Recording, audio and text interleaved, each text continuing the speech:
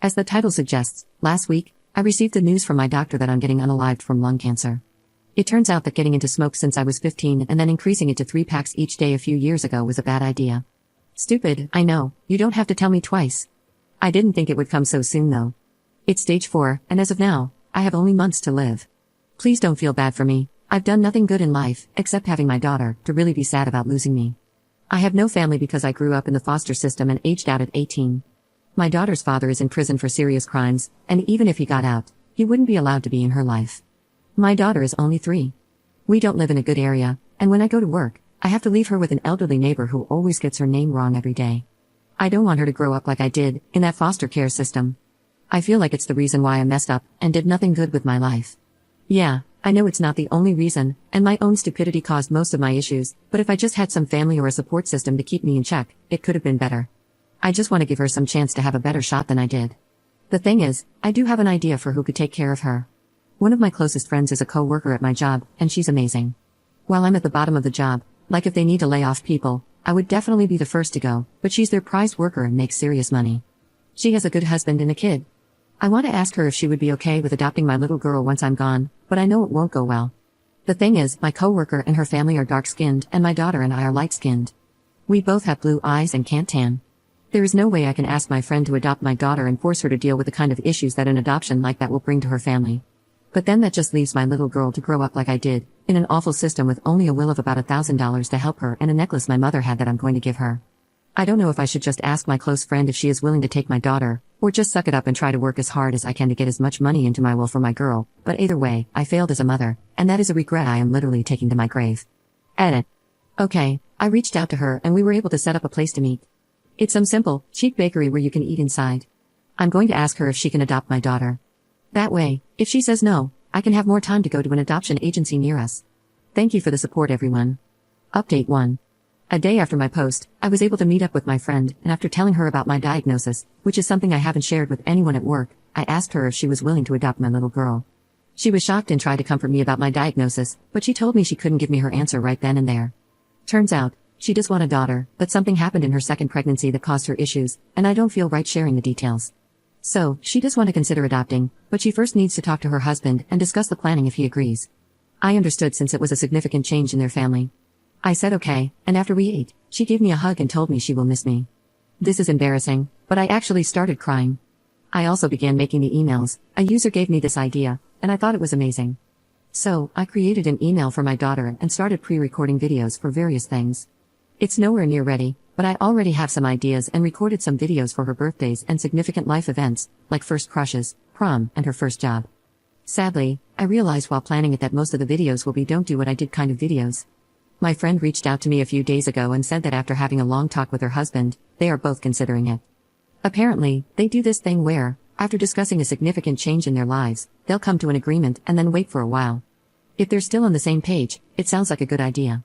She did tell me that it wasn't a yes, though, there are some issues they want to fix first.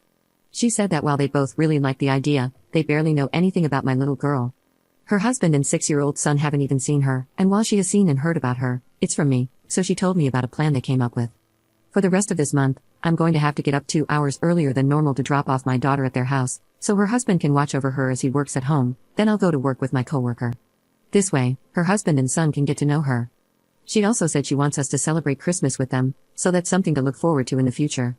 I already did it yesterday, and when I went to pick up my little girl, she was the happiest I've ever seen her in a long time.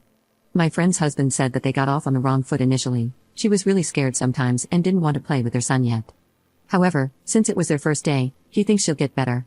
We did it again today, and he said she mostly watched their son play, but it was already better than yesterday. So that's what's happening right now. I'm scared this will be for nothing, but at the very least, now my daughter is getting better at their house for now. So even if they say no in the end, she already has some better memories than when she was with me. Thank you, everyone. Update 2.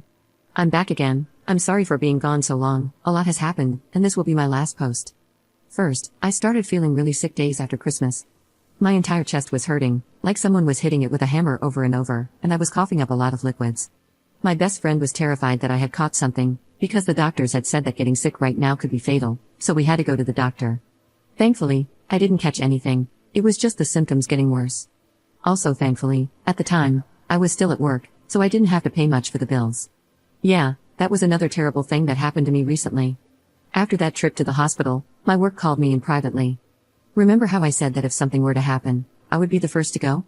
Well, the bosses were telling me how they couldn't keep me there as I'm slowly passing because it wouldn't feel right, and it's apparent to them that my illness was slowing me down. They mentioned that forcing my co-workers to work harder to make up for me wouldn't be fair and all that. I know I was just causing more problems for my co-workers since I got diagnosed, but I didn't think they would complain about me to my bosses.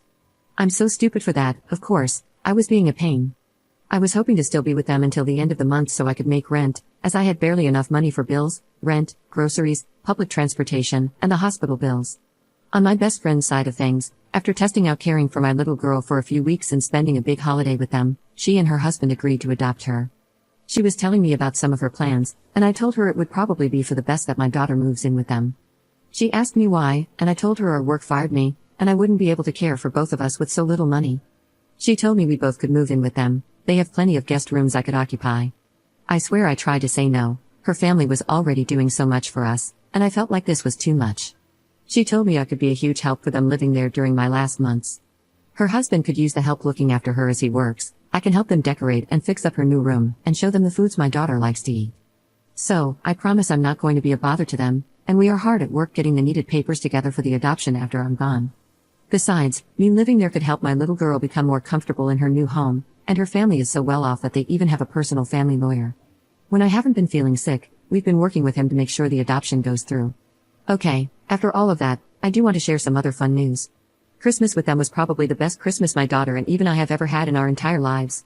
Thanks to them, I was able to make a really special Christmas gift for my daughter, a Build-A-Bear. Well, it was really a bunny, but still. I made a voice recording telling her how much I love her and will always try to keep her safe. And my friend knows about the emails. I'm almost done with them, actually, just a few more left. I gave her the password to both the email and this Reddit account, so once I pass, she could delete this one. Sorry, but I've been getting so many messages, and I don't want people to message me when I'm gone. About the messages, I've received a lot since I updated.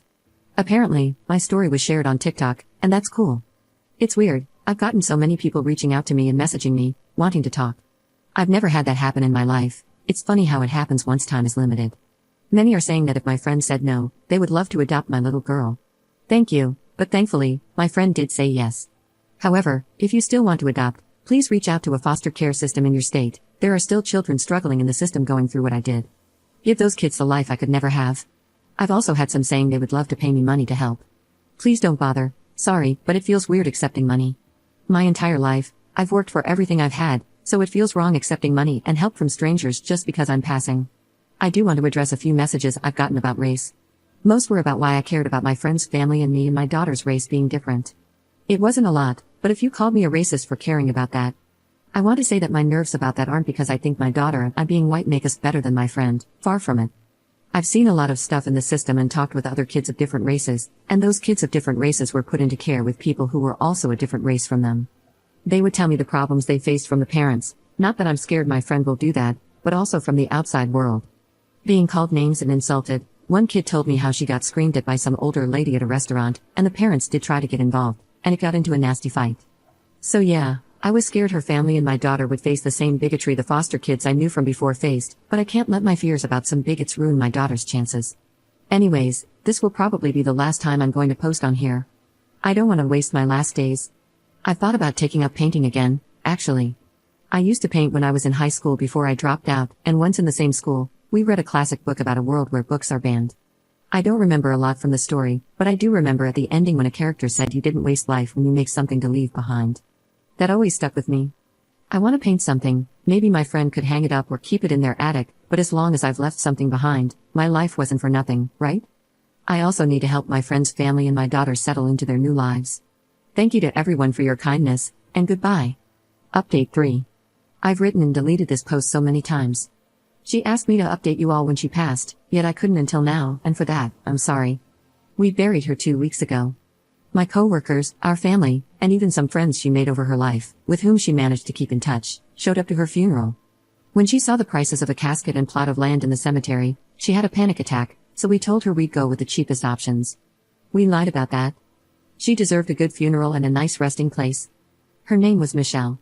She was put into the foster care system when she was 3 after her mother passed away in a car accident. She never knew her father. When she was 16, the man who was supposed to be caring for her took her out of high school.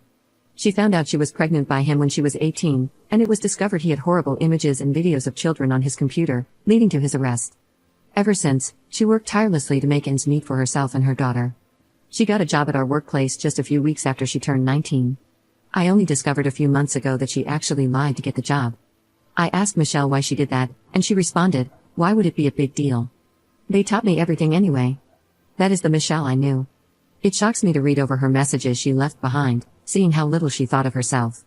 She was always so confident, at least as we all saw her. She walked with her head held high and with a purpose. She never appeared out of control of a situation, except for the past few months, and honestly, I believe she was allowed to have moments of panic and grief. Nothing got past her either. She seemed to know everything that was going on around her at all times. It also seemed like Michelle wasn't afraid of anything. She even made friends with some homeless people around the areas where she lived before moving in with us. One of them was Ted, whom she knew because he was around a gas station beside the bus stop.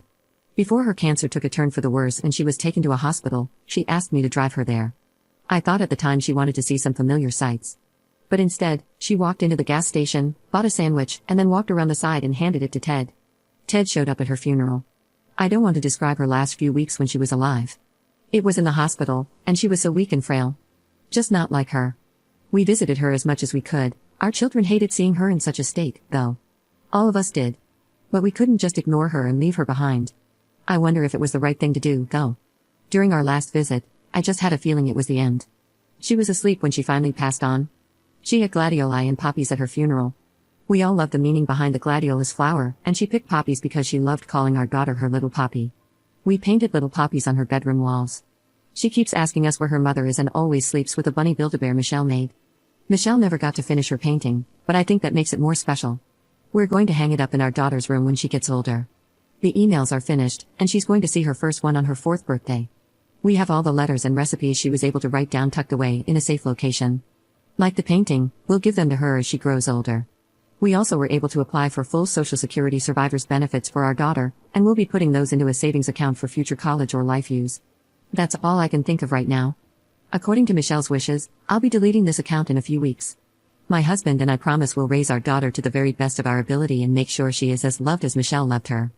Thank you all for your kind words and support.